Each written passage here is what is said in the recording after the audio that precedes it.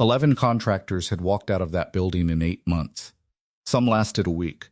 One lasted a single afternoon, and the story that made the rounds afterward involved a woman who never raised her voice, but whose silences, the foreman said, had a temperature all their own. The city's inspection office had stopped assigning anyone new, because the woman who owned the property had a reputation that preceded her the way smoke preceded fire.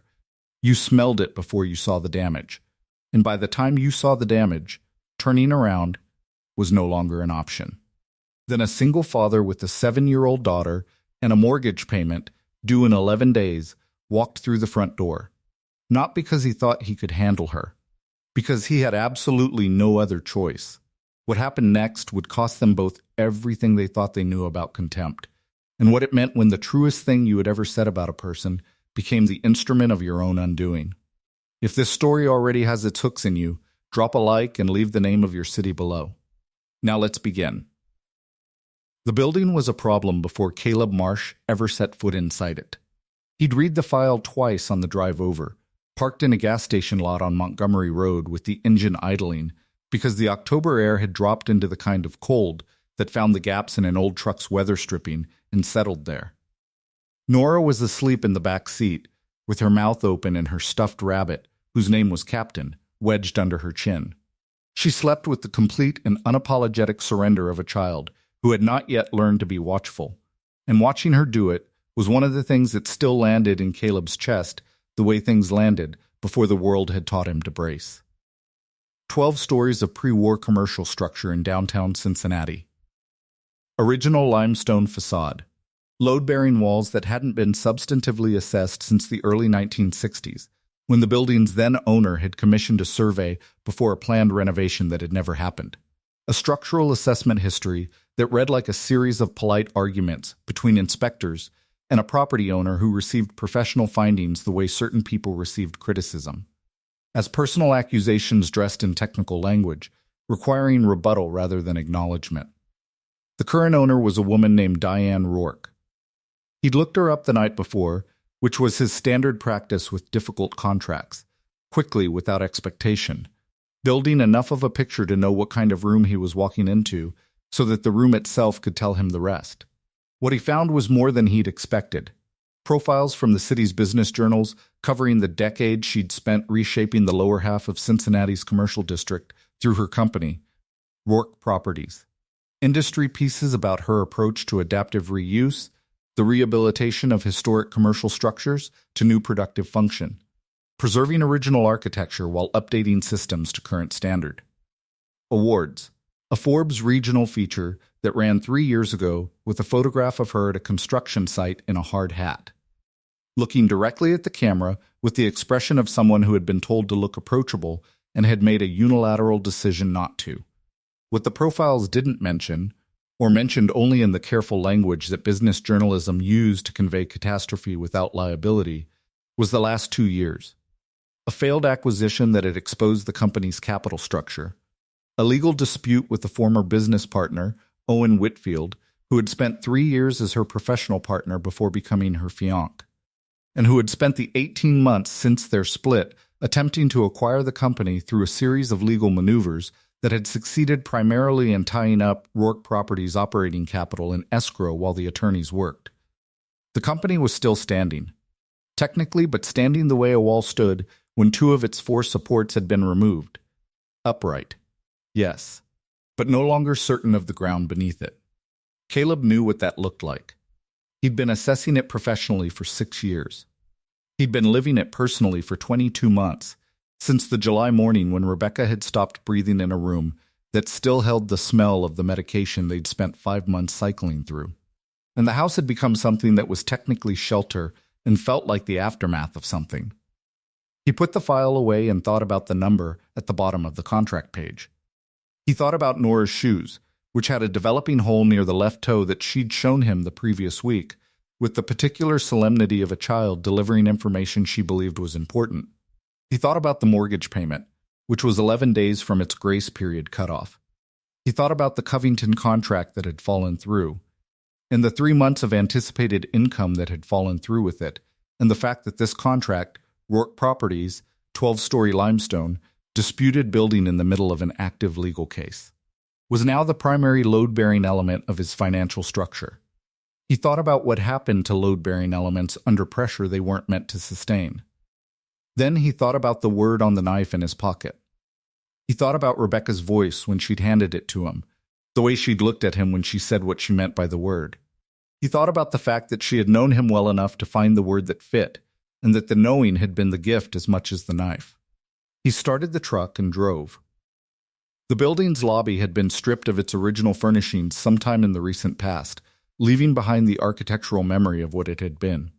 The marble floor bore the permanent impressions of a reception desk that had stood in its center for decades, a slight depression, darker where the weight had settled, gone now but not erased. The walls showed lighter rectangles, where photographs or artwork had hung, their outlines preserved in the relative freshness of the surface they'd protected from the slow darkening of years. 2 of the original brass light fixtures had been removed from the ceiling, leaving junction boxes exposed, round and frank about what had been taken. In the space where a reception area had functioned for decades, there was now a folding table pushed against the south wall and 2 metal chairs, and a row of bankers' boxes along the east wall, stacked in the rapid, careful way of someone who had moved quickly and managed it well. A laptop was open on the table. A coffee station occupied the narrow surface beside the stacked boxes. On the windowsill facing east, positioned at an angle he couldn't immediately read, there was a photograph in a frame. The woman at the table looked up when he came through the door. He had seen the Forbes photograph, he had seen the construction site image and the award ceremony images, and the profile headshots taken in the company's then proper offices, before those offices had been frozen in the escrow tangle of the litigation. None of that had prepared him for the quality of stillness that she occupied in person. It wasn't the stillness of rest or ease. It was the stillness of compression. A person who had learned to hold a great deal inside a highly managed exterior because the alternative was visible, and visibility was expensive. She was 41. Dark hair, cut close to her jaw, clothes that had been expensive and were well maintained, which said something about how she understood the relationship between appearance and professional authority, and something else about what she was not willing to surrender, even in a stripped-down satellite office working off a folding table, while her real offices sat frozen in litigation escrow. Gray eyes that moved over him quickly and completely, the way eyes moved when they had developed the habit of assessment as a first response. She took in his work pants, his inspection bag, the red-handled knife visible in his front pocket, his face, which he knew showed the tiredness he'd long since stopped trying to hide, because the effort cost more than it concealed, and which he had also come to understand was not the same as weakness, though other people sometimes treated it that way. She said the name of the inspection firm that had contracted him and the date his paperwork had been filed with the city. He confirmed both. She told him she had been waiting for a complete and credible structural report since November of the previous year, that 3 previous assessors had produced either findings so thin they were professionally worthless, or had encountered difficulties with the engagement and terminated without completion, that she did not have time to invest in a 4th attempt that produced the same result, and that her patience for the cycle had been exhausted several months ago. He said he understood. She said she doubted he did, but that he was welcome to prove otherwise over the course of the work. It was, as professional introductions went, not the worst he'd experienced. There was no performance of warmth, and no apology for its absence, and both of those things told him more about her situation than the Forbes profile had. People who had been through what she'd been through in the preceding 2 years, the professional betrayal, the legal siege, the slow grinding work of holding a company together while someone used the legal system to try to take it apart, had a right to dispense with the social overhead of making themselves agreeable. He had dispensed with it himself, in the first year after Rebecca, when maintaining the appearance of fine had become a project that consumed more of him than he had to spare. He set down his inspection bag and got to work. The structural issues were real and specific and located, which was the first important thing. Not catastrophic. The building had been built by people who understood load distribution and had used materials suited to their purpose. But the decades of deferred maintenance had accumulated in the way such things always accumulated, in corners and under surfaces, and in the places that were difficult to see unless you were specifically looking for evidence of what had been left unattended. The east wall corner brackets on floors 3 through 7 had hairline fractures consistent with decades of thermal cycling and inadequate moisture management, which was a repairable finding at current stage. The elevator shaft had load distribution issues that were within standard parameters at current occupancy levels, but would require attention before any significant increase. There were sections of mezzanine floor plate near the eastern stairwell that showed stress deformation requiring closer examination on the second floor pass. He documented everything, precisely, in the standardized language that made a structural report useful rather than impressive. Not to render judgment or advocate for a position, but to produce an accurate record of what was actually there. That was the work. You looked at what existed, you measured it against the engineering standard, and you wrote down what you found. The discipline of that was the only thing that gave the report value. By noon, he had covered the bottom 4 floors and was working through the mechanical room when the sound of her footsteps came down the corridor. She appeared in the doorway. She watched him work for a moment, not with impatience, but with the focused attention of someone calibrating an assessment in real time. He continued with his measurement because stopping in the middle of one would require starting over. When he finished and looked up, she was still there. She said, "The previous inspector's report didn't mention the east wall brackets at all." He said, "I found them in the first hour." She asked what his preliminary read was. He gave it to her directly, repairable, within a reasonable budget, non-urgent at current load levels, but something that warranted addressing in the next 18 to 24 months before the fractures progressed from the surface tier of the bracket assembly into the structural tier. She was quiet for a moment. Something moved behind her eyes that wasn't quite surprise. She was too disciplined for unmanaged surprise, but was the visible adjustment of a person whose expectation had not been met in the way it had been prepared for. She said, "Write it up exactly as you find it." He said, "That's the only way I know how to write it up." She held his gaze for a beat longer than professional exchange required. Then she left him to his work. The week established its pattern around that exchange. He arrived at 7:30 each morning and she was already there, had been since before 6 based on the evidence of the coffee station and the volume of material already processed by the time he came through the door. He worked through the building's upper floors methodically, following the assessment sequence he'd mapped out in the pre-visit review. She worked at the folding table with its inadequate surface area and its too bright overhead lamp, managing the operational elements of a company that was technically still functioning while its legal structure was simultaneously being contested in civil court. He did not ask about the legal situation. She did not ask about his circumstances. What they had was professional proximity, 2 people working in the same building for different purposes, occupying adjacent space without occupying each other's attention in any way that required acknowledgement. He had been in plenty of buildings with other people in them. You developed a peripheral awareness of the other person's rhythms. You learned where they moved and when, not deliberately, just as a function of sharing a space for enough consecutive days. On the 3rd morning, she looked up from the document she was reviewing and said his preliminary report format was not useful. She needed findings organized by severity level rather than by floor location, which was the standard organizational structure he defaulted to because most clients found it easier to navigate. He said he could reorganize it. She said, "With the flat precision of someone expecting a negotiation, I assumed you'd find a way to make that conditional." He said, "It's a revision, not a negotiation. I'll have it to you by 4:30. He sent it at 4:17. She didn't comment on it. But the next morning when he arrived, there was a second coffee cup on the table beside the station. He filled it without remark. She did not acknowledge it. He did not require her to. What it was the first thing she had done that had nothing to do with the inspection contract and everything to do with the fact that he was there every day and she had made a decision she wasn't going to verbalize. He drank the coffee and went to work.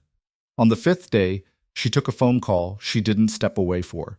He was in the far corner of the lobby working through the stress fracturing on the marble floor near the utility access panel, and the call was loud enough to carry across the room. He gathered from the portions he could distinguish that it was her attorney, that a development in the legal proceedings had occurred, and that the development was not good. The controlled precision of her voice was working harder than usual to maintain itself over something that was moving underneath it. The call ended. She set the phone face down on the table. He kept his eyes on the floor panel and his hands on the measurement he was taking, and gave her the courtesy of not looking up. After a while she said, "Not quite to him, and not quite to the empty building.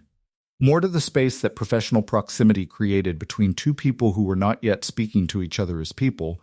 She was aware that this building had become something of a story in the city's commercial inspection community. He said he hadn't heard that. She said she doubted it, but appreciated the attempt. He said, because it was accurate, the building wasn't a story. It was a well-built pre-war structure with deferred maintenance and a clear remediation path. Whoever was making it into something else was either lazy or motivated. She turned from the table and looked at him properly.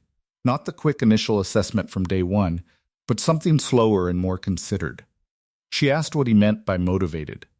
He said he wasn't in a position to speak to specifics he didn't have access to, but that in his professional experience, buildings in the middle of active property disputes sometimes acquired reputations that were more useful to one party in the dispute than to the other.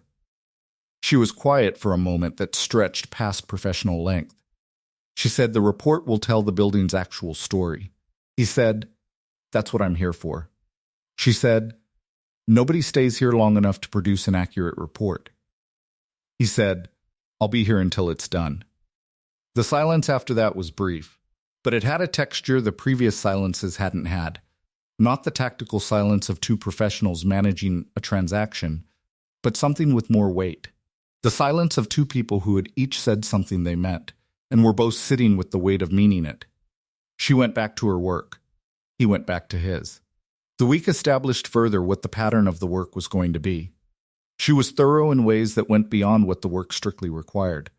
She cross-referenced his preliminary findings against the historical permit records she'd been working through herself, which meant she was doing her own parallel structural research, not to check his findings, he understood, but because she needed to understand what she was working with at the level of direct knowledge, not mediated through someone else's report. She had opinions about the building that were grounded and specific, the opinions of someone who had spent time inside the structure with actual sustained attention. He began to notice the things she didn't say as much as the things she did. On a Tuesday, when a set of legal documents arrived by courier, and she read them standing at the folding table rather than sitting, he registered this and said nothing. When the weather dropped into the kind of cold that found every gap in the building's older window seals, and she'd been working for several hours in a room that had gone noticeably colder without mentioning it, he retrieved the portable heater from the storeroom where the previous inspector had left it, and set it up near the folding table without comment. She looked up when she heard it running. She said nothing for a moment. Then she said, "Thank you." He said, "The window seal on the east wall is on the repair list. That one specifically is going to require work before winter is fully set." She said, "I know." He went back to his desk. Small things. The daily accumulation of small things that constituted the actual work of being in a space with another person day after day. The way all real relationships were built, not from the dramatic moments, but from the aggregate of the ordinary ones. He thought about this on the drive home one evening, Nora in the back seat constructing some elaborate narrative about a conflict between her classmates that had apparently been developing for several weeks and required extensive narration to properly understand. He listened to her the way he always listened to her, with the full attention she deserved, tracking the names and the details, asking the questions that showed he'd been following. And underneath his attention to Nora, he was also holding the day, the morning's work on the 6th floor, the document she'd been reviewing at noon, the specific quality of the late afternoon light coming through the east window when he'd been packing up. He thought about the photograph. He thought about the angle. He thought about what it meant to hold something at a halfway angle, to neither display it nor put it away. He thought about how long he'd done that with the photographs in his own house after Rebecca, the specific purgatory of the objects that were too present to live with and too meaningful to box up, and the morning he'd come downstairs and known, without planning it, that it was the right morning to take them down, not because the grief was less, because the grief had changed shape, become less about looking at the evidence of the loss and more about carrying it, and carrying it didn't require the same visual confirmation. He wondered if she'd arrived at her own version of that morning yet. He thought he would know when she had. On a Thursday in the third week, she made a mistake. Not a large one, a filing error in the permit documentation, a cross-reference between two sets of records that had been categorized differently, an easy mistake in a complex document set. He found it because his own work required him to check the permit dates against his structural timeline, and the misfiled record was in the folder he needed to reference. He found it, noted it, filed it correctly. He didn't mention it. An hour later, she said, "From across the room, you corrected the Henley permit cross-reference." He said, "Yes, I needed the correct date for the structural timeline." She said, "I would have caught it." He said, "I know." She said, "Why didn't you tell me?" He said, "Because it wasn't a problem that needed discussing. I needed the correct record, I found the error, I fixed it. That's the end of it." She said, "I don't like errors in my documentation." He said, "Neither do I." She said, "Then why didn't you tell me so I'd know it happened?" He said, "Because the point of telling you would have been to make you feel bad about an error that you'd have caught yourself. That's not useful." She held his gaze. She said, "You're very matter-of-fact about things." He said, "I find it's easier." She said, "Then what?" He said, "Then the alternative." She went back to her work. He went back to his. But something in the exchange had shifted something. She looked at him differently after that. Not with warmth, not yet, but with the quality of someone who had updated an assessment and was now working from the revised version. In week 4, she asked him about Rebecca. Not directly. Not in the way she asked professional questions, which was direct and specific, and expected a direct and specific answer. She asked the way people asked about things they were approaching carefully because they weren't entirely certain of the ground. She said, "How did you know what she saw in you?" He said, "I didn't, at first. I thought she was being generous." She said, "And later?" He said, "Later I understood she was being accurate." She was always more accurate than generous, actually. She wasn't particularly interested in making people feel good about themselves. She was interested in telling them the truth. She said, "That must have been uncomfortable sometimes." He said, "Almost constantly." She said, "But worth it." He said, "You can't build anything real with someone who tells you what you want to hear." She was quiet for a moment. She said, "No, you can't." The quality of the silence was different from the professional silences. He registered this and didn't do anything with it yet. He said, "She used to say the most useful thing one person could do for another was to see them clearly and then say what they saw. Not what would be convenient, what was true." She said, "It's a harder thing than it sounds." He said, "It's the hardest thing, actually. Most people either don't look closely enough to see the truth, or they see it and don't say it." She said, "Which are you?" He said, "I try to be the second kind. I don't always manage it." She said, "I've noticed you look closely." He said, "It's the job." She said, "Not only the job." He held her gaze. He said, "No, not only the job." The afternoon light came through the east window and lay across the table between them, warm and direct, and neither of them looked away. It was the nature of the second week that he began to see what was underneath the surface she presented.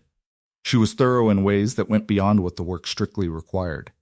She cross-referenced his preliminary findings against the historical permit record she'd been working through herself, which meant she was doing her own structural research in parallel, not to check his work, he understood, but because she needed to understand what she was dealing with at the level of direct knowledge, not mediated through someone else's report. She had opinions about the building that were grounded and specific, the opinions of someone who had spent time inside the structure with actual attention. She drank her coffee black and at a temperature that would have been uncomfortable for most people. She read documents twice before acting on them, not from uncertainty, but from the discipline of someone who had learned that the first read was preliminary and the second was where the actual information was. When her phone calls went badly, and some of them went badly, clearly, in ways she managed immediately and competently, She would sit afterward with a stillness that was different from her working stillness, more deliberate. The stillness of someone making a decision about how much of what just happened they were going to allow themselves to feel right now. He recognized that decision. He had made it himself many times, in the first year after Rebecca died, in the rooms where feeling it wasn't an option, and he would hold it at the surface and get through to the next interval. He did not say this to her. It wasn't offered and it wasn't needed. But he noticed, the way he noticed the structural details of a building, not because he chose to, but because attention was his default mode. On a Tuesday in the second week, a man came to the building.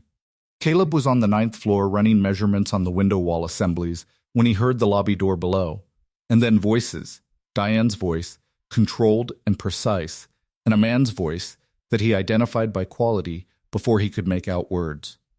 The quality of someone who had standing he hadn't been granted, but had claimed anyway. The specific confidence of a person who had once been on the inside of something and had not entirely accepted that this was no longer true. He kept working. The conversation below was not his. He came down at noon, and she was alone at the folding table looking at a document she was not reading. Her attention was somewhere else entirely. He ate his lunch in the stairwell the way he usually did, with the door propped open. When he came back through, he went to his desk and wrote up his morning findings.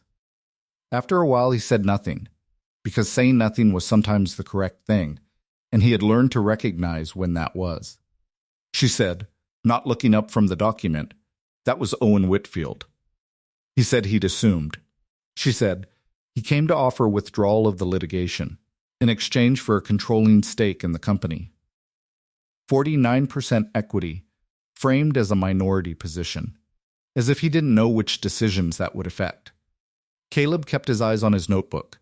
She said, I told him where he could put the offer. He said, good. She turned to look at him. He could see she'd been expecting something more neutral, a nod, a professional non-response, not an unqualified endorsement of telling your opponent in active litigation to go to hell. She asked why he thought that was good. He said, in my experience, you don't survive something by letting the person who tried to take it from you buy back in at a discount once they've failed. You survive by building from what's still there. The pause after that was longer than conversational. She said, you have experience with that. He said, a different kind. But yeah. She didn't ask, what kind? He didn't offer it. They sat in the building's particular midday quiet while the city went about its November business through the windows, and both of them went back to their work. And what had almost been said hung in the air of the room with the particular weight of things that were not yet ready to be said, but were no longer entirely unsaid either. It was in the third week that he noticed the photograph more carefully. He'd filed it peripherally on day 2, a framed photograph on the east windowsill, positioned at an angle that was not quite facing the room and not quite facing away, the halfway position of something that hadn't yet been decided about. He'd noted it and continued because the work didn't require him to understand it. But on a morning in week 3, he came in before she arrived, and the early light through the east window caught the photograph at an angle it didn't catch later in the day. He looked at it involuntarily, the way you looked at something when the light made it impossible not to. A woman and a man, dressed for something formally celebratory, not quite a wedding in the way the clothes were cut, but in that register. The woman was Diane, several years younger, and something in her face was entirely different from anything he'd seen in 3 weeks of working 10 feet from her. Not younger, exactly. More open. The specific quality of a face that had not yet had to build its current architecture. The man beside her was smiling in the way of someone who'd won something. He looked away. He set up his inspection bag and began the morning's work before she arrived, and when she came through the door 17 minutes later, he was already on the mezzanine floor, and the photograph was exactly where it had always been, at its angle, doing whatever it needed to do. He didn't look at it again. It was in the third week, also, that she mentioned her mother. He was scoring a chalk line on the subflooring near the elevator shaft, using the red-handled knife because the blade was narrow and precise for this kind of work, and she'd come to the floor to review his morning findings in person rather than waiting for the filed report. She asked the intelligent, specific questions she always asked. She'd clearly read the previous day's findings carefully, which was something he'd come to expect from her, and then her questions were done and she was still standing in the room. She looked at the knife in his hand with the directness she brought to most things. She asked, "Your wife gave you that?" He said, "Yes." She had it engraved. It was an anniversary gift, 2 years before she got sick. He turned the blade slightly so she could see the word pressed into the steel. She read it without speaking. He said, "I use it for the work, and I keep it because it was hers. Those are the only 2 reasons I need." She was quiet for a moment. She said, "My mother used to say that the things we carry tell people more about us than the things we say." She didn't put particular weight under it, just stated it. He said, "She sounds like she was paying attention." She said, "She always was. She died when I was 16. He said, "I'm sorry." She said, "It was a long time ago." But the air in the room had changed, the way it changed when 2 people discovered, without intending to, that they were standing on adjacent ground. Not the same ground. The geography of grief was never quite the same between 2 people, always specific to the person who carried it, but close enough that each of them could see the other was there. He put the knife back in his pocket and went back to work. She went back to reviewing the notes. Neither of them acknowledged that the conversation had been anything other than incidental. But it had been more than that, and they both knew it. And the knowing was the kind of thing you couldn't undo, regardless of whether it was acknowledged. In the 4th week, he stayed later than he'd intended, working through the upper mechanical floor, and when he came down at 6, she was still at the table. This was not unusual. She rarely left before 7, and sometimes later. What was different was that she looked up when he was packing his bag and said, without the professional scaffolding she usually used, "You built something with your hands for most of your working life." He said, "I've been licensed for 6 years. Before that, I did structural contracting." She said, "Do you prefer the inspection work?" He said, "It depends on the building." She said, "What does this building make you prefer?" He thought about it honestly. He said, "I'd like to be doing both. There's more in this building than a report can hold." She looked at him. She said, "You understand what it is?" He said, "It's a good building. Pre-war limestone that was built to last. The people who built it understood load distribution and they used materials for their properties, not for the appearance of those properties. Buildings like this don't get built anymore. Not this way. What it needs is someone who can see what it was and figure out what that means now." She was looking at him with something he hadn't seen on her before. Not analysis, not the professional assessment she brought to everything, something more like recognition. She said, "That's what adaptive reuse is." He said, "Yeah, I know." She said, "Owen never understood it. He thought the value was what you put on top of the existing structure. He couldn't see why you'd spend twice the time and money preserving what was there when you could replace it with something current." He said, "The current thing doesn't remember anything." She looked at him. He said, "A building that was built correctly and is still standing remembers how it solved the problems it was built to solve. That's harder to manufacture than it looks." She was quiet for a while. She said, "I've been saying a version of that for 12 years, and I've never heard anyone outside the field understand what I was saying." He said nothing. He finished packing his bag. At the door he stopped and turned back. He said, "For what it's worth, the buildings you worked on in the district, I've been in some of them over the years, different contracts. They hold. The work was done right." She looked at him from across the room. She said, "Thank you." It was the first time she'd said those words to him directly. He said, "See you tomorrow." He drove home and picked up Nora from his mother's house, and she narrated the entire drive home with the focused energy of someone who had been accumulating material all day and finally had an audience. He listened and responded and made dinner and helped with reading practice and put her to bed. He sat at the kitchen table for a while with his notes from the day and thought about a building and the person who understood what it was and the photograph at its halfway angle on the windowsill. He thought about what he'd said. The buildings hold. He thought about that particular phrasing, the choice of that word and not another. He went to bed. In the 5th week, on a Thursday evening, She talked to him about the company in a way that was different from the professional briefings they'd exchanged about the legal situation and the building. She had been working through a set of old permits, original filings from the first 2 buildings she'd developed in the district.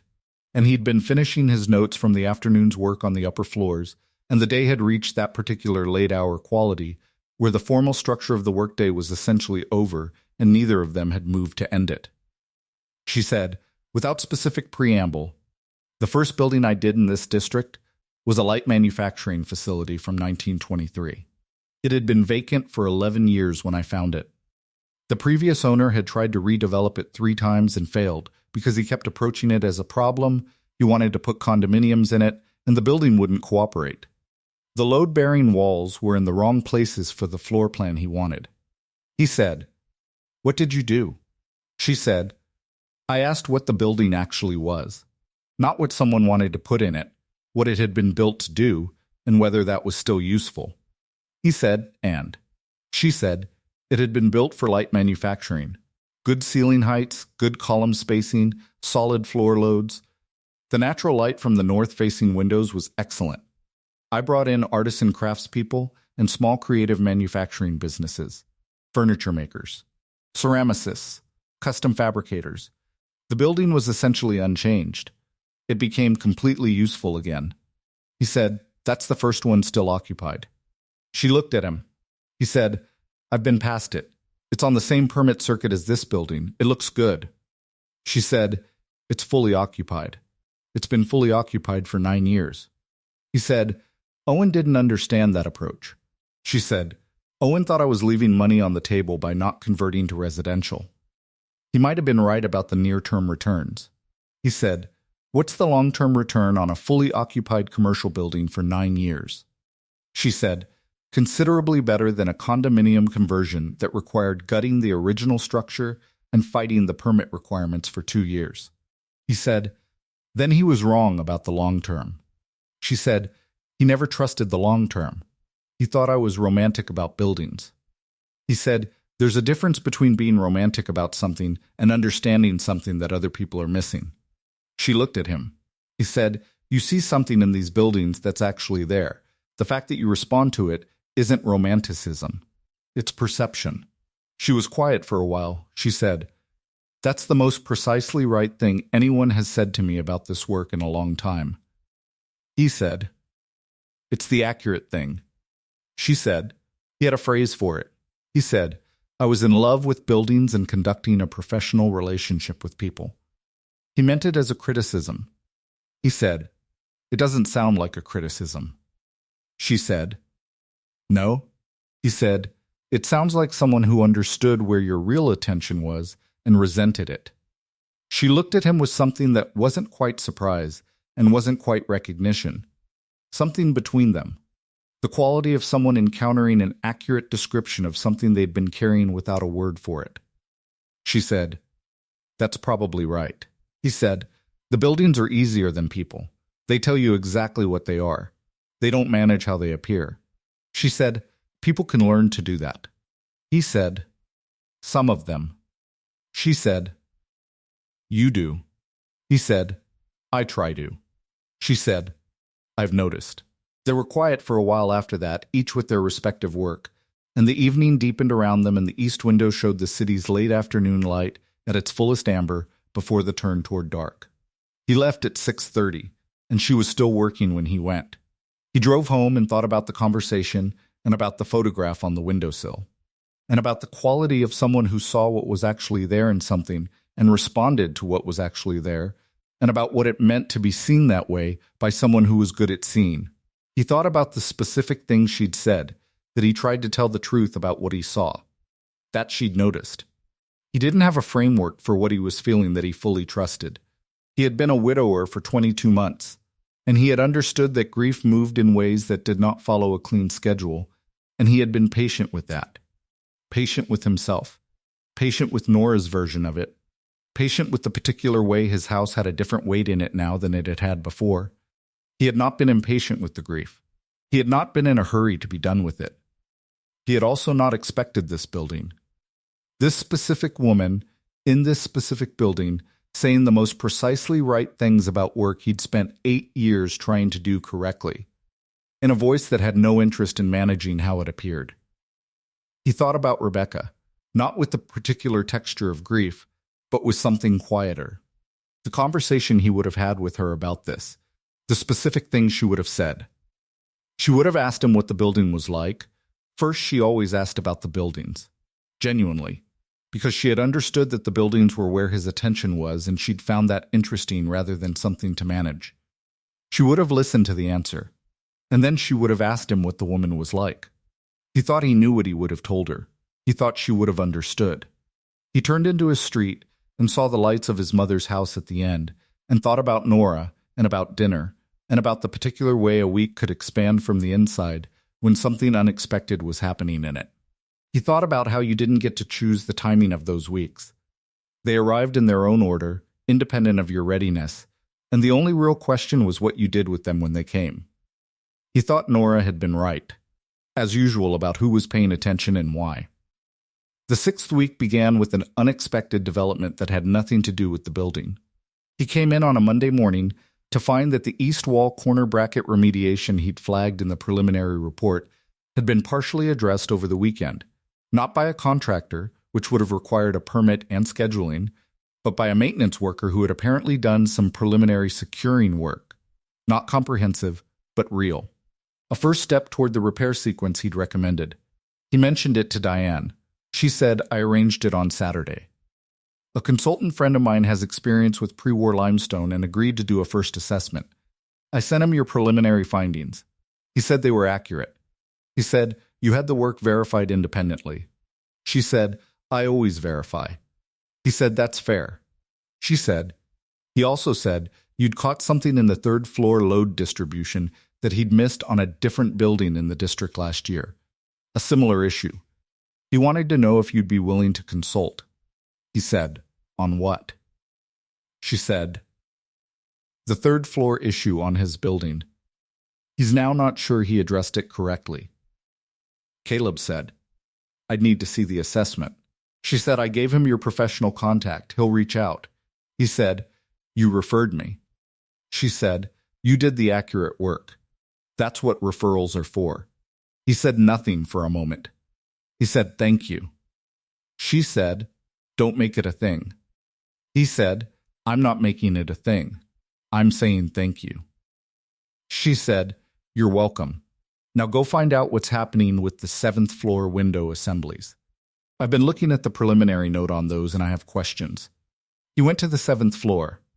At noon she came up to the floor while he was working through the window assembly details, and she stood in the room for a while looking at the view, the city through the windows, the particular angle of Cincinnati's downtown from this height, the specific character of the district from above. He let her look. After a while she said, "I used to come up here in the early days, before the litigation, when I was first evaluating the building." He said, "What did you decide?" She said that it was worth doing. He said, "Are you still sure about that?" She said, "I'm sure about the building. The other things have been more expensive than I planned for." He said, "Usually are." She said, "Usually are." She stayed for another few minutes looking at the view, and then went back downstairs, and he went back to the window assemblies, and the afternoon had a warmth to it that he chose not to examine too carefully. The 6th week ended on a Friday, and he drove home with Nora asleep in the back seat, her small face entirely relaxed in the unself-conscious way she slept. And he thought about the building and the woman inside it and about what the next week would bring, and he thought it was going to be different, and he didn't know yet in what way. He was right about that. The first real crisis arrived in the 7th week, on a Tuesday morning, without warning, the way the serious ones always did. He was on the 5th floor corridor working through the corridor subflooring when the phone call came from his contract coordinator at the inspection board. He sat down on the stairwell steps and listened to what he was being told with the specific quality of attention he brought to structural findings, stripped of what he wanted it to mean, taking it as it was. The Rourke Properties assessment had been flagged for a conflict of interest review. A third party had filed a complaint alleging that his relationship with the property owner had moved beyond the professionally independent parameters required for unbiased structural assessment, and that therefore the findings could not be considered credible. The contract was suspended pending the outcome of the board review. He was required to cease all site work immediately. The source of the complaint was not identified in the notification. He sat on the stairwell steps for a long time after the call ended. He was 3/4 done with a report that was accurate and comprehensive and worth having. He was in a building he'd come to understand in the way you understood a building when you'd spent 7 weeks inside it, with real attention. He was 11 days from a mortgage payment. He thought about the timing. 7 weeks in, with Whitfield's court ordered audit 3 weeks from preliminary hearing, with the structural valuation a central element of Diane's legal position. With a complete and credible report, the most powerful thing she had going into that hearing. He thought about the word motivated. He went downstairs. She was at the table. The look on her face when he came down the stairs told him she already knew. Her attorney had called first, probably, because these things moved quickly through the relevant channels when someone wanted them to. He said, "You already heard." She said, "Yes." He said, "I'm sorry." She said, "It isn't your fault." He said, "I know. I'm still sorry."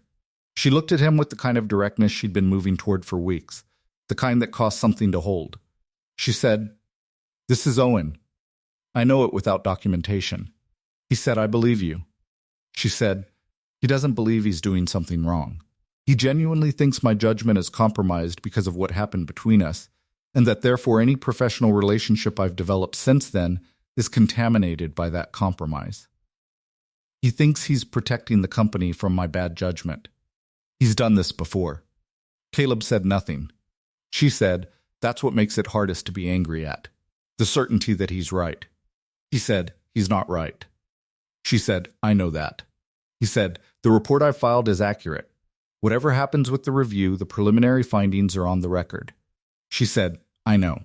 He said, "You'll need someone else to complete the formal assessment. I can hand everything over so they don't have to start from zero." She said, "I know that too." She looked at him for a moment. She said, "It isn't only the report I'm talking about." He said, "I know." He picked up his inspection bag. He walked toward the door with the pace of someone who was keeping their speed controlled, because the alternative was not controlled. At the door he stopped. He said, "Without turning, I'll find a way to finish the work. Not the contract. The work." She said, "Caleb." He turned. She was looking at him with something in her face that had not been there in 7 weeks. Not the managed surface, not the compressed stillness. Something older, underneath both of those things. Something that was tired in the honest way things were tired when they'd been held under pressure for a very long time. She said, "It isn't just the report." He said, "I know." He went through the door. He sat in his truck for 11 minutes. He looked at the knife in his pocket and the word on its blade and tried to locate the quality inside himself that the word named, and found it under the weight of the morning, but present. Still there. Still operative. He started the truck and drove. He made it home. He made dinner. He sat at the kitchen table with his notes from the morning, not the professional ones, the field journal, but the other notebook he kept, the one where he wrote things that were harder to categorize. He sat with it for a while without writing in it. He thought about 7 weeks of work. The preliminary findings that were accurate and documented and mattered. The 9-hour days and the specific texture of working alongside someone who brought the same quality of attention to their work that you brought to yours. The conversations that had moved from professional to something else, in the incremental way that genuine movement always happened, not in a single decisive shift, but in the accumulation of small adjustments, each one individually explainable. The aggregate of them unmistakable. He thought about the drawing on the wall. He thought about the photograph that he did not know had moved, because he hadn't been there to see it. He thought about whether what he was feeling was appropriate to the circumstances, and then he thought about what appropriate meant, and then he thought that appropriate was a word that people used when they were managing their emotions rather than having them. He was 33 years old. He had a 7-year-old daughter and a mortgage and a contract that had just been suspended by interference from a man who believed he was protecting something. He had been in love with one person in his life, deeply and completely, and with the full weight of who he was. And that person had died 22 months ago. And the specific quality of what he felt sitting at the kitchen table, thinking about a woman in a stripped-down lobby in downtown Cincinnati, was different from that, and also not entirely different from it. And he had enough honesty to sit with that comparison and let it be what it was. He thought Rebecca would have had something to say about this. He thought she would have said, "Stop overthinking it." He thought she would have said, "Pay attention to what's real." He thought she would have said, "Caleb, go to bed. You have a contract to rescue." He went to bed. The days during the suspension had a different quality from the days of active work. He still had the two small contracts, a residential structural assessment in Hyde Park and a commercial foundation inspection in Covington, and he worked them with his usual precision, but they were straightforward and didn't require the extended engagement that the Rourke building had required. He finished both in 4 days. He had the rest of the time for the documentation and for being home when Nora got back from school, which was different from the 7-week pattern of working until 6 and picking her up from his mother's. She noticed the difference. On the second day of the suspension, she came home from school and found him at the kitchen table working through the documentation. And she said, "Are you not going to work today?" He said, "I'm working here today." She said, "Did something happen at the building?" He said, "The contract is on pause for a little while, not permanently." She said, "Is it because of Miss Rourke?" He said, "The pause is because of some other people, actually." She said, "Is she okay?" He said, "She's handling it." Nora put down her backpack and sat at the table across from him and looked at the documents he was working through with the focused assessment she brought to things she found interesting. She said, "Are those the papers that prove you weren't doing anything wrong?" He said, "Yes." She said, "Are you going to be able to prove it?" He said, "Yes." She said, "How do you know?" He said, "Because I wasn't doing anything wrong." She said, "That's not always enough." He said, "How old are you?" She said, "I'm 7, and I know things." He said, "Where did you get that idea?" She said, "Grandma says the world is unfair, and Dad says you do the work anyway, and those two things together mean sometimes you do the work, and it's still not enough." He looked at her. He said, "That's pretty accurate." She said, "So how do you know it'll be enough this time?" He said, "I have the documentation. The work was done correctly, and I can prove it." She said, "Okay."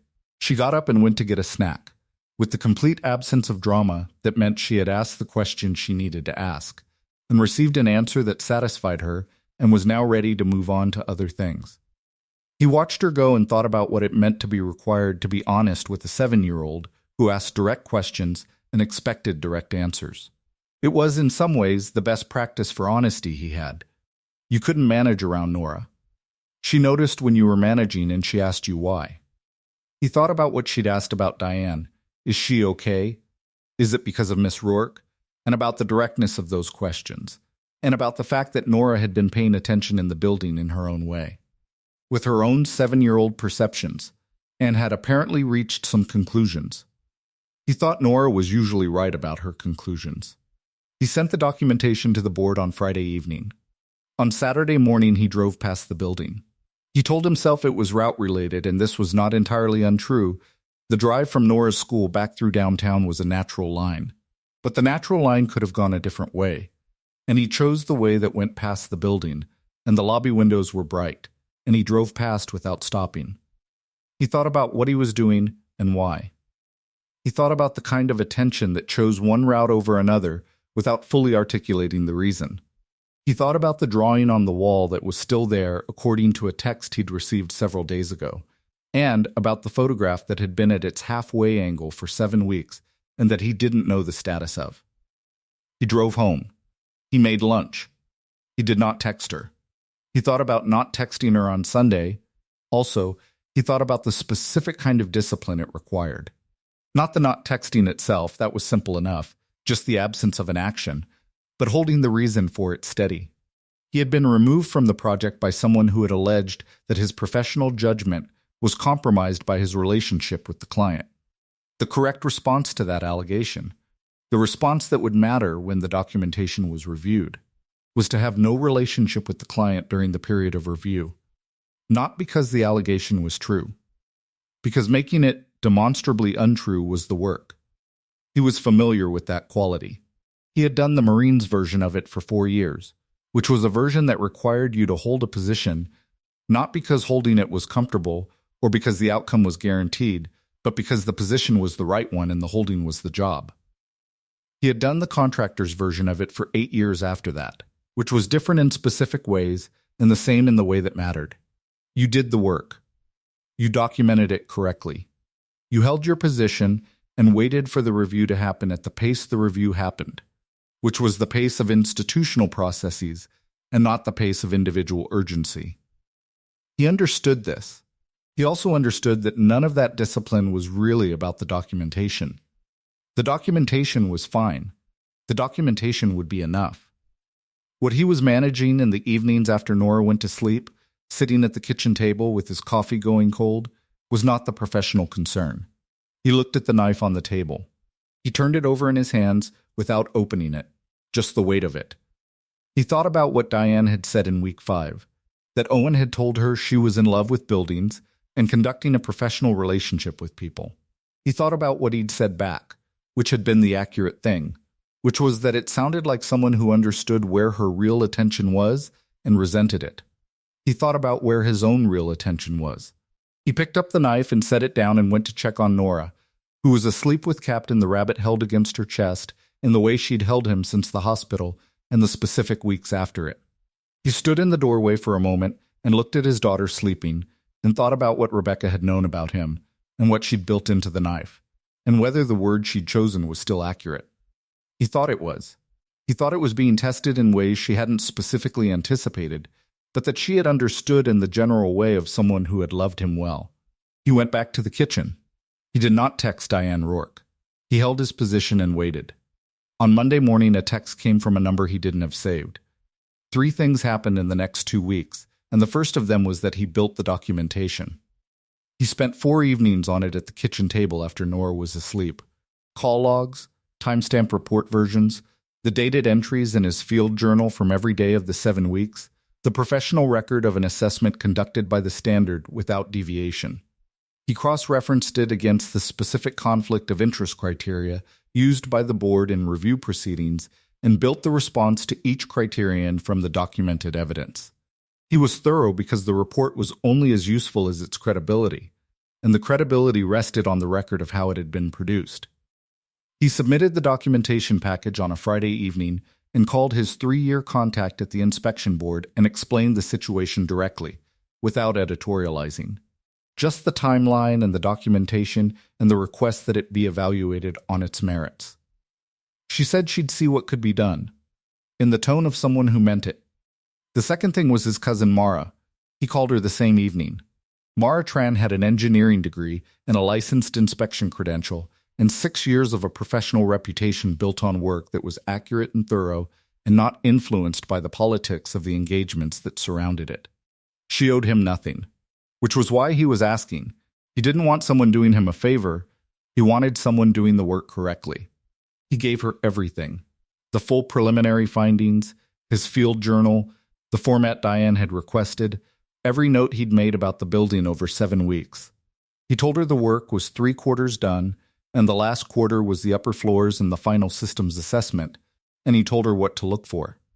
She came to Cincinnati on a Wednesday. She was in the building for 1 day. She called him that evening and said, whoever did the first 3 quarters was thorough. He said, yeah. She said, I'll have it done in 2 days. He said, thank you. She said, you can buy me dinner when it's filed. He said, done. The third thing was more complicated, and it didn't announce itself at first as a thing at all. It was a Saturday evening. He was driving home from Nora's school with Nora in the back seat, and the route went through downtown, and the building was there, the lobby windows lit, and he knew without looking too closely that she was there because she was always there. He didn't stop. He drove home. He made dinner and put Nora to bed and sat at the kitchen table with his phone in his hand, looking at Diane Rourke's professional contact information, which was all he had. He sat with it for a while and then put the phone down. On Monday morning, a text came from a number he didn't have saved. The text said, "The drawing your daughter made is still on the wall. The inspection board reversed the conflict review this morning. I thought you should know." He read it 3 times. He wrote back, I heard. "Thank you for telling me." She wrote, "Your cousin is thorough." He wrote, "It runs in the family." A longer pause. She wrote, "The audit hearing is in 10 days. Whitfield's attorneys will use the building's valuation as part of the case."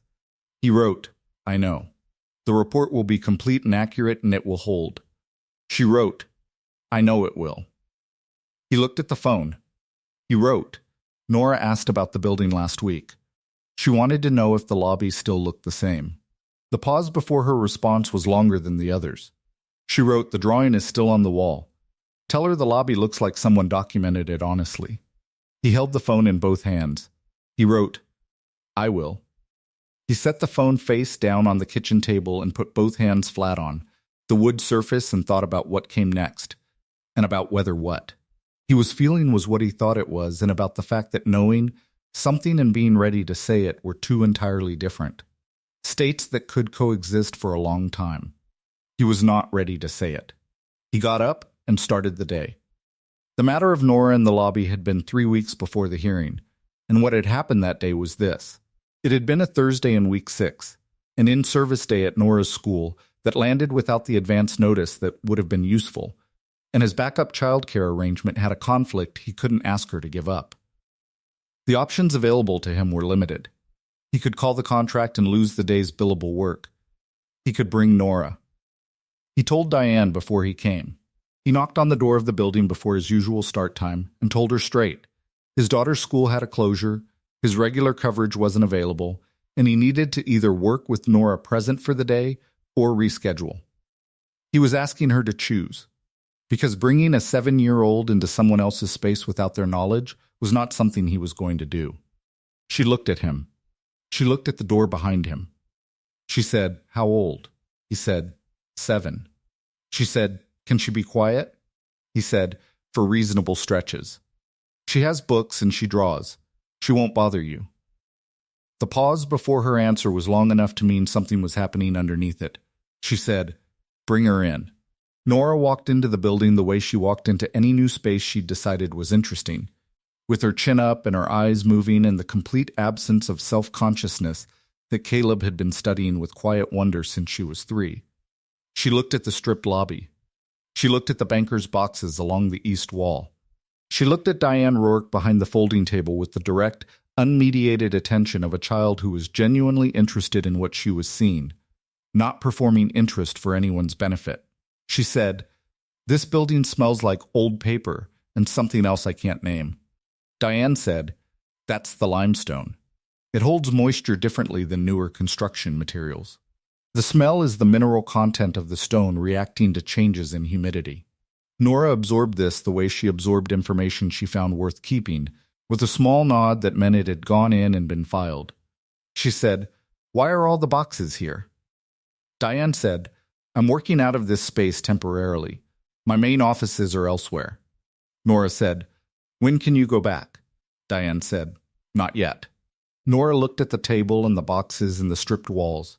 She said, "Oh."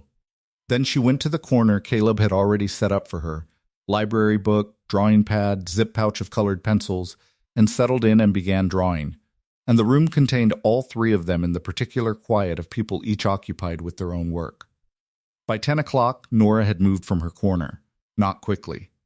The way she moved when she was interested in something, incrementally, each small adjustment plausibly accidental, until she'd crossed the room and was standing at the edge of the folding table, looking at the set of structural drawings Caleb had left there for reference.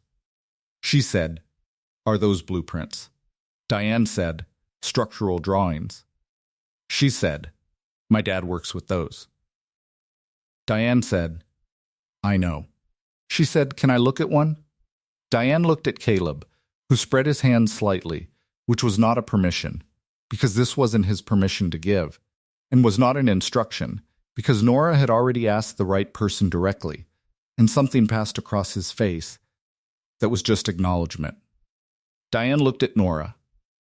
She said, yes. Nora looked at the drawing for a long time, with the focused, serious attention she brought to things she found genuinely interesting. She asked what the different line weights indicated. Diane told her. She asked why certain sections were marked in red. Diane said those were areas that required attention, places where the standard wasn't being met and the work needed to be done. Nora looked at the red-marked sections for a while. She said, it looks like the building is showing you where it hurts. The room went quiet. Caleb kept his eyes on his clipboard. Diane said, after a moment, that's one way to think about it. Nora said, my dad says buildings can't actually hurt, but he also says they can be stressed. Is stressed and hurt the same thing? Diane said, I think sometimes they're close enough. Nora looked at her with the direct, level attention she'd inherited from Rebecca, the quality of looking at something that interested you without needing to manage how the interest appeared. She said, are you stressed? Diane said, I am. Nora said, because of the building. Diane said, partly. Nora said, what else? Diane said there's a legal situation. It's complicated. Nora thought about this. She said, my dad has a legal situation too. He says legal situations are like structural problems. You have to know exactly where the damage is before you can fix anything. If you don't know where the actual damage is, you waste time fixing things that aren't the problem. Something happened in Diane's face. It was fast and she controlled it quickly. But it had been real. A softening that wasn't her usual register. Something that had come in past the managed surface before the surface had time to close. She looked at Nora with an expression Caleb had not seen on her before. Then she looked at Caleb, briefly, and then back at the drawings. She said, your father is right about that. Nora said, he usually is. Then she took her drawing pad to the window and settled on the sill and began sketching the lobby, the folding table, the boxes, the stripped walls, the door that led to the hallway. Getting the proportions wrong in ways that somehow captured the space more honestly than correct proportions would have, the way she always did.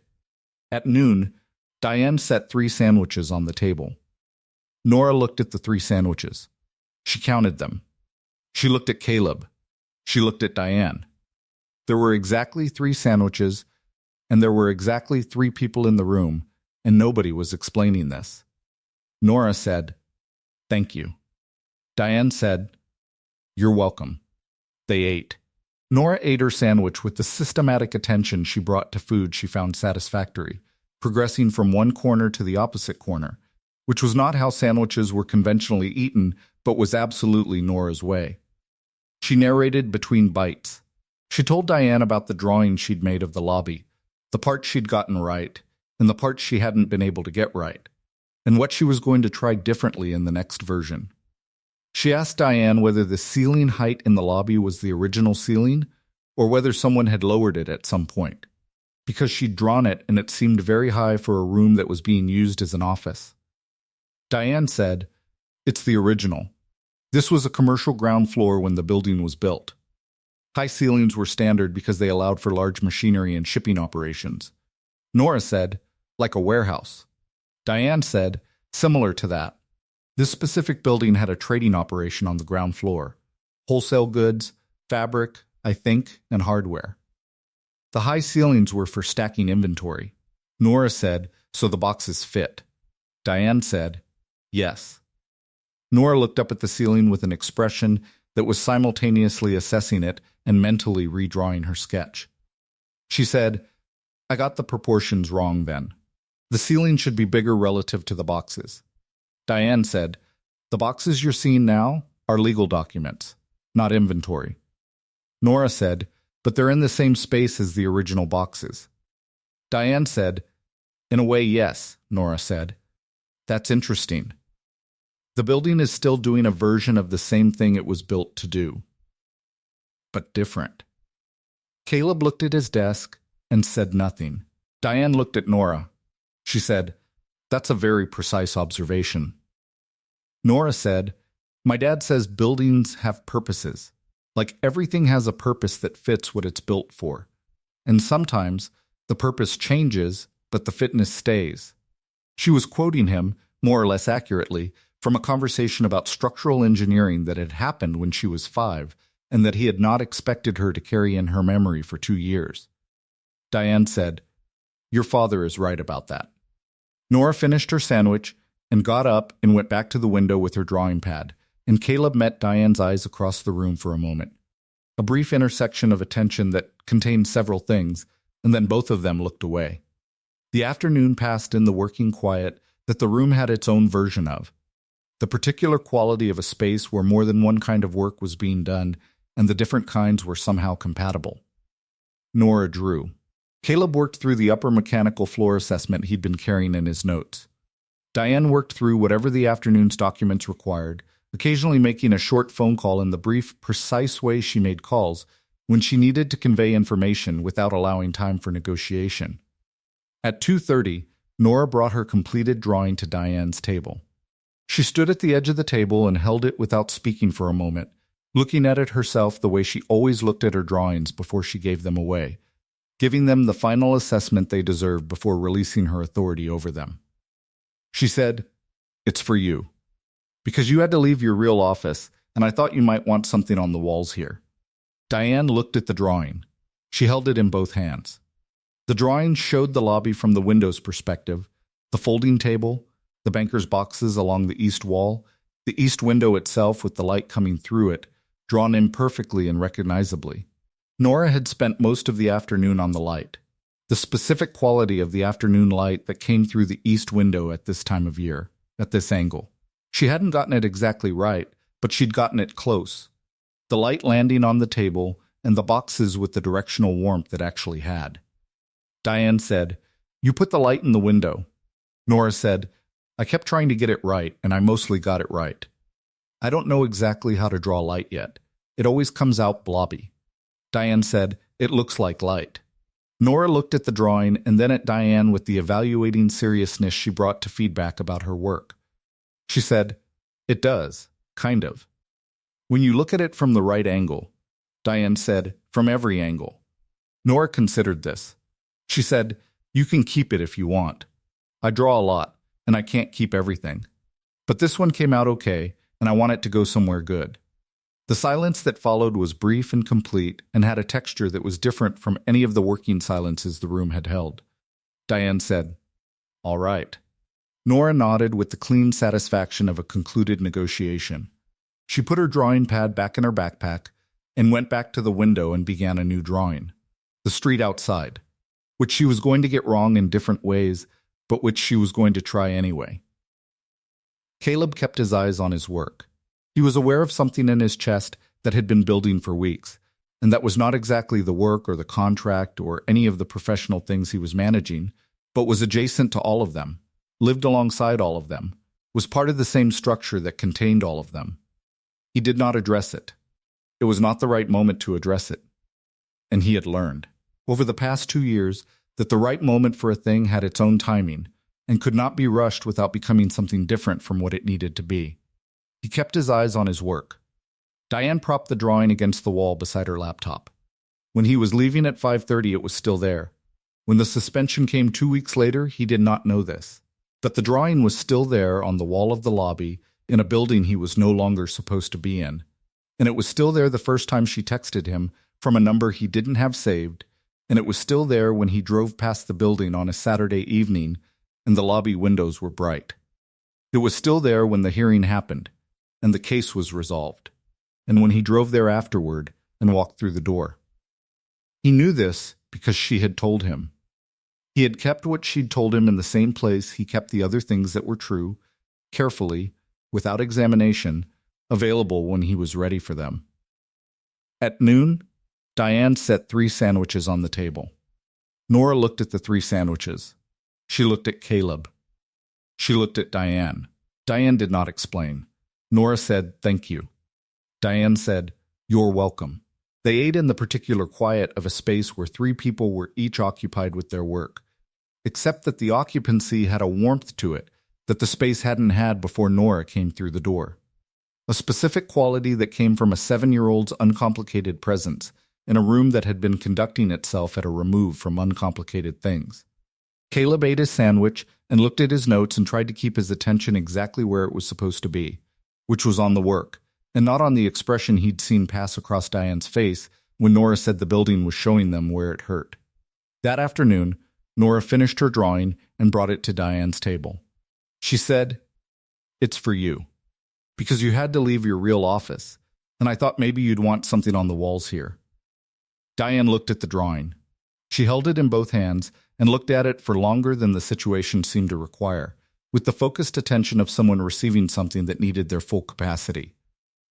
The drawing showed the lobby from the windowsill's perspective, the folding table, the banker's boxes, the east window with its particular quality of light that Nora had drawn imperfectly and almost accurately, which was how she drew light in most of her drawings, reaching for something she hadn't quite technically mastered and getting close enough that you could see what she was trying to do. Diane said, "You put the light in the window." Nora said, "It was coming in when I was drawing. I don't know how to draw light exactly right yet. It comes out blobby." Diane said, "It looks like light." Nora considered this with the serious evaluating attention she brought to feedback about her work. She said, "You can keep it. I draw a lot, so I can't keep everything. But this one came out okay, and I want it to go somewhere that's good." The silence that followed was brief and complete. Diane said, "All right." Nora nodded with the satisfaction of a concluded negotiation. She went back to the window. Caleb kept his eyes on his screen. He was aware of something in his chest that he could not have described adequately, tight and warm and located somewhere between gratitude and something that had no clean name yet. Diane propped the drawing against the wall beside her laptop. She kept it there for the rest of the day, and it was there when he left at 5:30, and it was there when the contract was suspended 2 weeks later and he had his last full day in the building, and it was there when the text came from a number he didn't have saved, because the drawing was still on the wall, which meant she had looked at it over those weeks and not taken it down.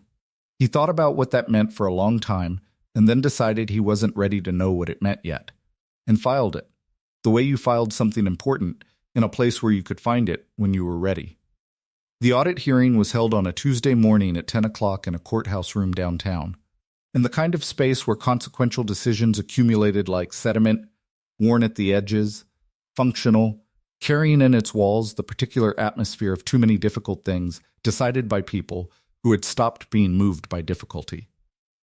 Caleb was not there.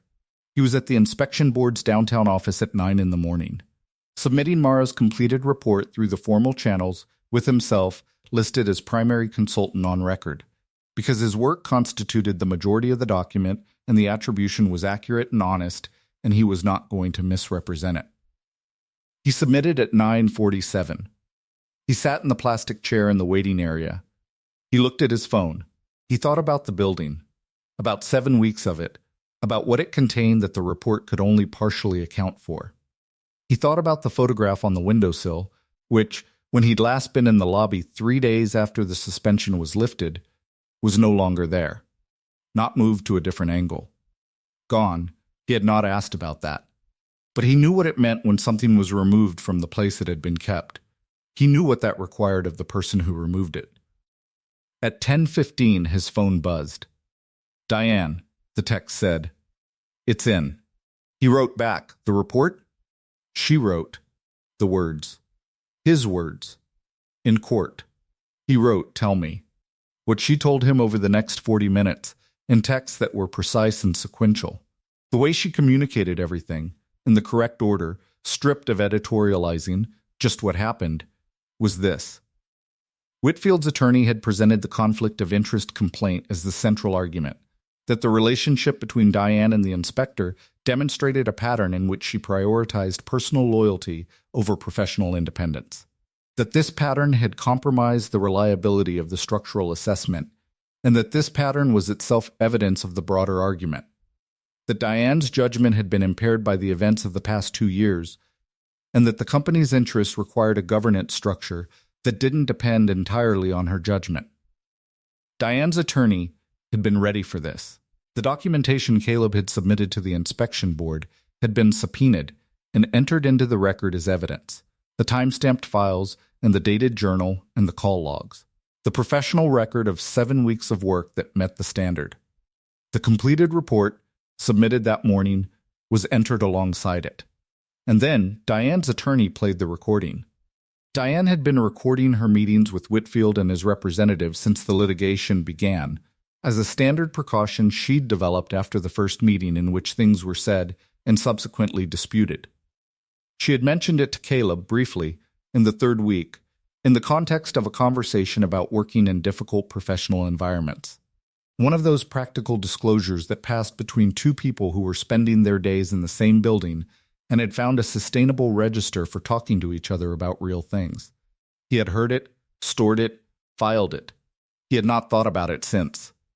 The recording captured the full conversation from the afternoon Whitfield had come to the building in week 2. His voice, careful and calibrated, telling her that the inspector she'd hired was a convenient choice for someone who needed a favorable result. Telling her that surrounding herself with people who owed her things had always been her pattern and it was going to catch up with her. Telling her that she was running out of ways to make her situation look like competent management rather than what it was. And then Diane's voice, level and specific, saying that Caleb Marsh was the most thorough structural inspector who had come into that building, that his findings were accurate, that his documentation met every professional standard Whitfield's own attorneys would be unable to challenge. And then Whitfield's voice, his careful cadence beginning to fail, saying the words that Caleb had not heard from the 9th floor but that were on the recording, clear and complete. You are nothing without me. You were nothing before I found you, and you are nothing now. And every person watching this case already understands that the only thing keeping you standing is your refusal to accept what is obvious to everyone around you. His actual words went further and were more specific. They were built from 6 years of knowing her, from the specific vocabulary of someone who understood precisely where the damage was and had stopped being careful about using that knowledge. They were said to a woman standing in her own building, and they were said with the confidence of a man who had never considered the possibility that they would be heard by anyone who wasn't already on his side. They were on the record now. The audit motion was denied. The conservatorship petition was dismissed. Whitfield's attorneys filed for reconsideration. The judge asked them to show cause. The record was the record. Diane's final text of the morning said, "It's over. For now." He wrote back, "For now is enough to build on." A long pause. She wrote, "Come to the building." He sat in the plastic chair and held the phone. He wrote, "When?" She wrote, "Now." He drove there. The lobby was the same building and a different room. The banker's boxes were gone. The folding table was still present, but it had been moved to the wall, reduced to its incidental role rather than centering the space. The east window light came through at its late October angle, warm and direct. Nora's drawing was still on the wall where it had been propped for weeks, the lobby with its imperfect, honest light.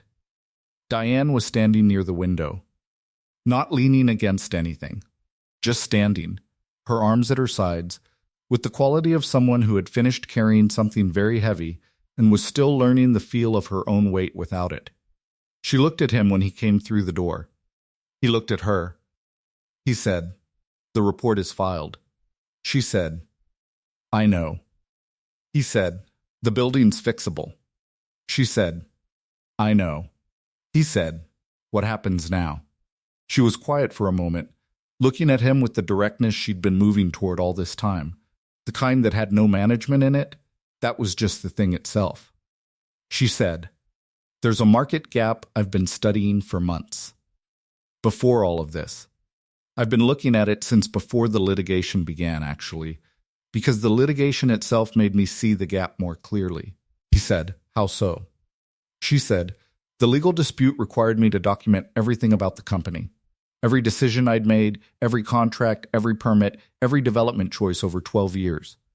And in doing that documentation, I kept encountering the same gap. The buildings in this district that needed accessibility retrofits. Code-compliant improvements to make them legally accessible for people with physical disabilities were getting it done wrong. The contractors who understood accessibility code didn't understand the structural constraints of pre-war construction. They were damaging buildings to meet the code when the damage wasn't necessary. And the contractors who understood the buildings didn't know the accessibility standards well enough to find the solutions that preserved the original structure. She laid it out the way she laid everything out, specifically, sequentially, with the evidence already organized. She said, I've been mapping the buildings in the district that need this work. There are 47 of them. 47 buildings that are either not accessible at all or that have had accessibility modifications done in ways that compromise their structural integrity, or that have the modifications documented as planned but not yet executed. 47 buildings in a 2-mile radius. He said, that's a real market. She said, it's a significant market. It's also a market with a social component that matters to me. These are buildings that people with disabilities can't access, or can't access safely. Getting this right means more than the business return. He said, and you have the structural knowledge. She said, I have one half of it. The building side. What I don't have is the other half. The accessibility code expertise, the specific engineering for the modifications, the ability to look at a pre-war structure and say here is exactly how we get from non-compliant to code compliant without damaging what makes the building worth preserving. He said, Diane. She said, I'm not proposing anything personal right now. I want to be honest about that. I'm proposing a professional arrangement that might eventually develop into something else, if that turns out to be what it is. But I'm proposing the professional part first, because that's what I know how to do clearly. He said, I know. She said, I've been looking at this for months. Before the suspension, before the hearing, before any of this week. I've been thinking about this as a structural problem that needed both halves in the same firm. And I've been looking at who, in this city, has the combination of structural assessment expertise and comfort with pre-war construction to be the other half of the equation. She looked at him. She said, it's you. The combination is you. He was quiet for a moment. He said, you're asking me to be a co-founder. She said, I'm asking you to build something with me. He said, that's more than a contract. She said, yes. He said, and the other part. The part that isn't the professional arrangement. She was quiet. She said the other part is also real. I've been honest with myself about that for a while.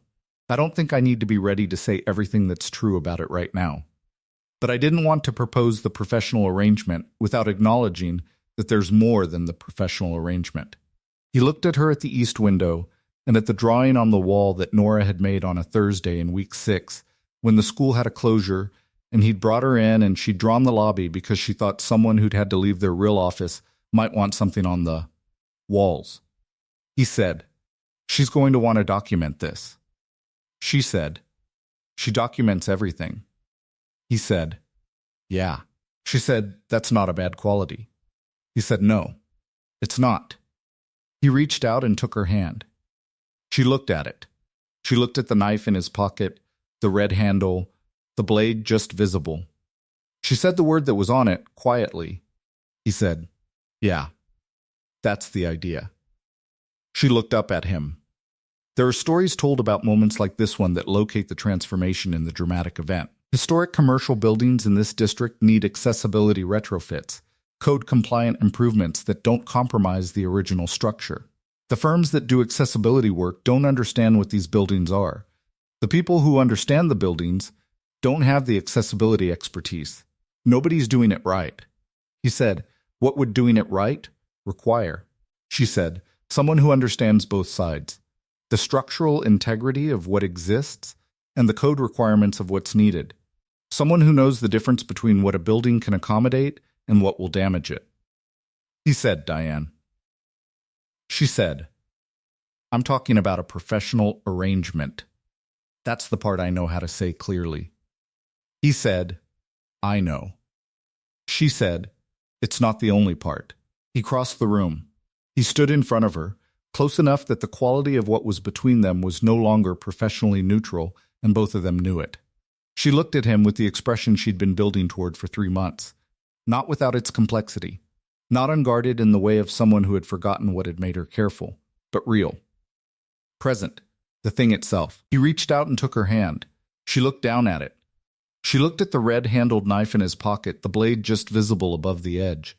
She looked at the word she'd read in week 3, in the room above, when he'd shown it to her. She said, quietly, steady. He said, yeah, that's the idea. She looked up at him. He said, Nora's going to want to document this. She said, document what? He said, whatever this is. She said, I don't know what it is yet. He said, neither do I. But I know it's real. She looked at him for a long moment. Something moved in her face that was not managed and not performed. Just the thing underneath everything else. The thing that had been there long before the litigation and the stripped-down lobby and the professional distance she'd maintained because it was the only architecture she'd trusted for 2 years. She said, all right. He held her hand and the October light came through the east window and fell across the drawing on the wall, and the imperfect light in the drawing was almost exactly right now, the way certain things became accurate when the conditions around them finally changed. There are stories told about moments like this one that locate the transformation in the dramatic event. The hearing. The recording played in open court. The words said in a stripped-down lobby by a man who never considered that they would be heard by anyone who wasn't already on his side, played back in a room where everyone was listening. The motions denied, and the petitions dismissed. Those things are real. They happened. The record shows them. What the record doesn't show is what made the later things possible. A man sitting in a parking structure for 11 minutes after losing a contract, holding a knife with a word on the blade, and locating the quality that word named inside himself and finding it, under the weight of the morning, but still there. A 7-year-old drawing the lobby with imperfect, honest light because she thought the person in it might want something on the walls. A photograph that moved by degrees from halfway to facing the wall to being removed entirely, each movement a decision that cost something, each one made anyway. The record shows what was said. What mattered most was what was done in all the time between the sayings. The company came back. Not in a clean line. These things never moved in a clean line. And Diane Rourke had spent 12 years understanding that about the development business, which was a business that operated on long timelines and required the patience to hold your position when the short-term metrics didn't support what you believed the long-term metrics would show. She had built 12 buildings on that patience. She was building a 13th now, in a different sense, and the patience required was the same. The operating capital came out of escrow in January. She sat at her desk in her real office, which she'd been able to return to in November when the conservatorship petition was dismissed and the escrow account was unfrozen. And she looked at the balance in the company's operating accounts and felt something that wasn't quite relief and wasn't quite triumph. It was closer to the satisfaction of a structural problem correctly diagnosed and correctly remediated. The damage had been real. The remediation had been real. The building was standing. That was what it meant when you did the work correctly. Owen Whitfield withdrew his remaining legal challenges on a Wednesday in December. His attorney filed the withdrawal without comment, which was the kind of professional communication that contained, in its brevity, everything that didn't need to be said. She received the notification and read it and filed it and sent a text to Caleb. He responded in 2 minutes. I know. She wrote, how did you know before I told you? He wrote, I was in the building when your call came in. I heard the quality of the silence after you put the phone down. She looked at the screen. She wrote, you've been paying attention. He wrote, for months. She wrote, I know. She sat with the phone for a while. Then she wrote, dinner tonight? He wrote, yes. She put down the phone and went back to work, and the afternoon had the particular quality of a day when something large had been resolved, and the space it had occupied was still present but no longer heavy, and the specific weight of what came next was a different kind of weight entirely. The development contracts renewed in the spring. Both of them, on the same week in April, with terms that were better than the original. The developers had been watching the litigation and its resolution with the professional attention that people brought to situations that might affect their own decisions, and what they'd seen was a company that had held under significant pressure and continued to perform. That was its own kind of credibility. Rourke Marsh Structural Group incorporated in March. They spent the preceding 6 weeks on the structure, the equity model, the governance framework, the operational division of responsibility, the professional standards that would govern the work. They approached it with the same quality of attention they'd each brought to their respective work in the 12-story building: specific, documented, honest about what was there and what it could bear. The first 3 contracts were signed in September. All 3 were buildings in the district. All 3 had been in various stages of failed accessibility remediation for years, and what each of them needed was exactly the combination that Rourke Marsh had been built to provide. Caleb did the structural assessment for all 3. He found, in each building, some version of what he'd found in the Rourke building: original construction that had been built with more care than the current situation gave it credit for, that had been neglected in specific addressable ways, and that was, underneath the neglect, genuinely worth preserving. The accessibility modifications that the firm specified for each building were modifications the original structure could accommodate without compromise, because they'd done the structural work to understand what the structure was actually capable of before they made any recommendations. The buildings didn't have to stop being themselves to become accessible. That was the idea. That was the whole idea. Nora came to the new office in the spring, on a Saturday when Caleb was doing some organizational work, and she had come along because the alternative was a morning at his mother's house.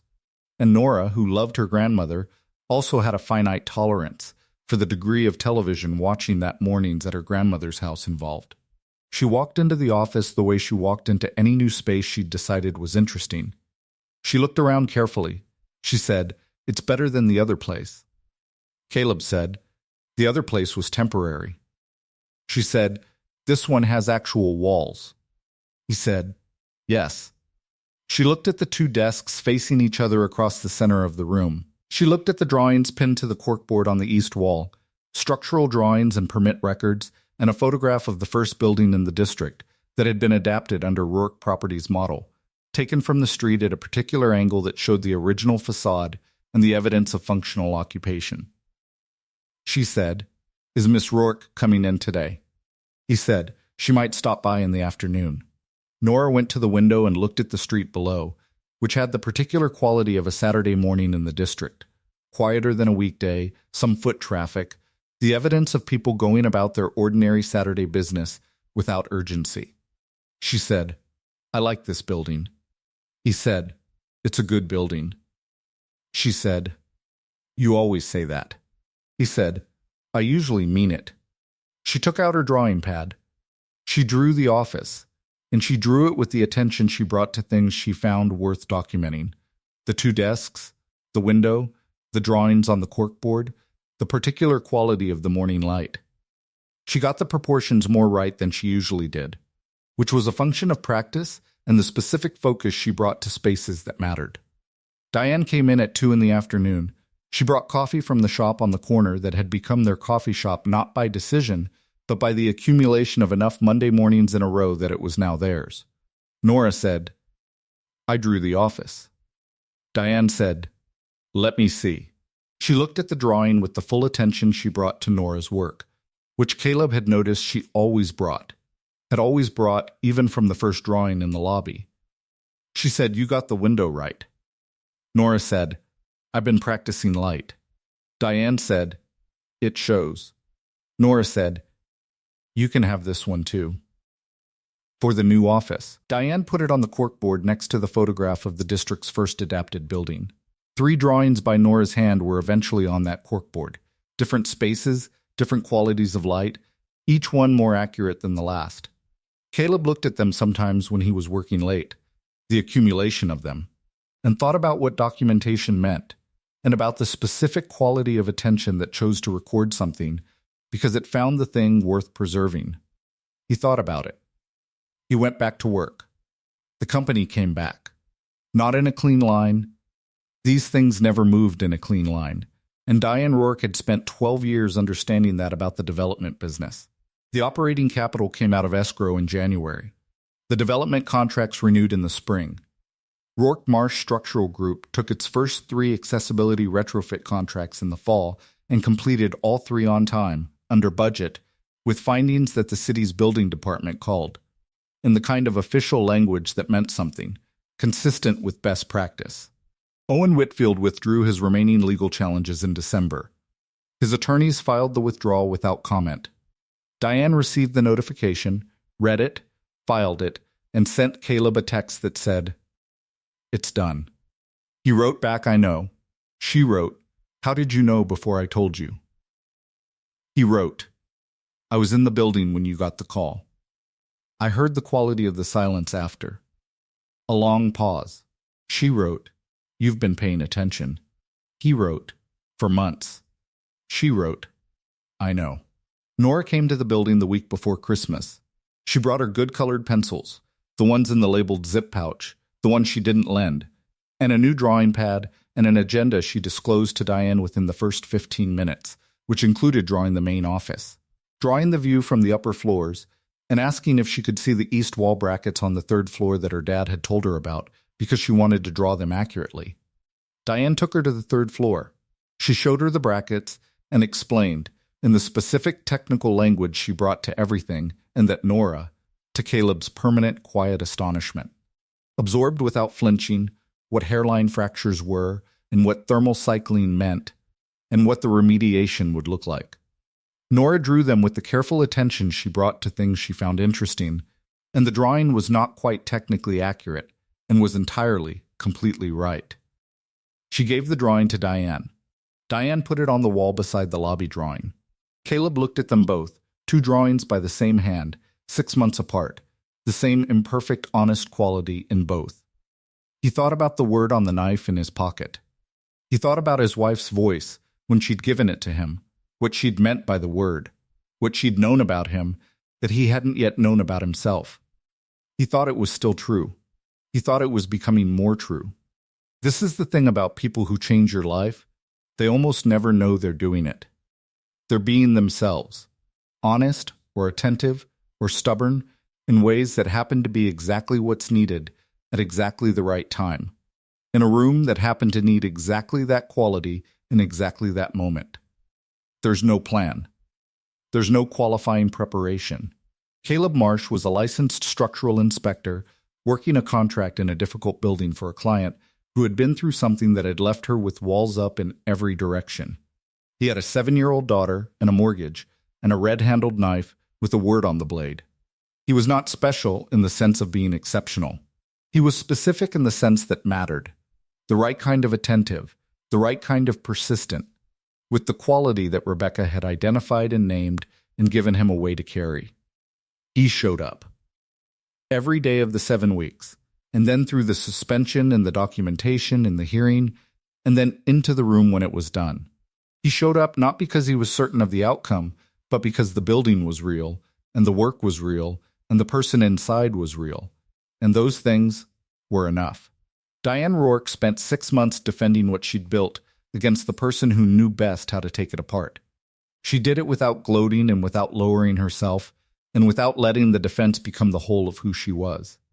She did it because the company was worth it, and because she had learned, in 2 years of managing the damage of betrayal, the difference between a wall that protected you and a wall that was simply in the way. She had built both kinds. She was learning to tell them apart. The words that played back in court were Owen Whitfield's, and they told the record exactly who had filed the complaint and why and what kind of certainty it had been filed with. The judgment was not complicated after that. But the words that mattered more were not on the recording. They were said in a stripped-down lobby on an afternoon in week 2, to a man who had not yet given her reason to trust him, but who had looked at the building and seen what it was and told her directly. She had said, "Nobody stays here long enough to produce an accurate report." He had said, "I'll be here until it's done." He meant the report. She had heard both meanings. And he had meant both. Some things held. Some things held because someone showed up long enough to find that out. That was the whole of it. That was enough.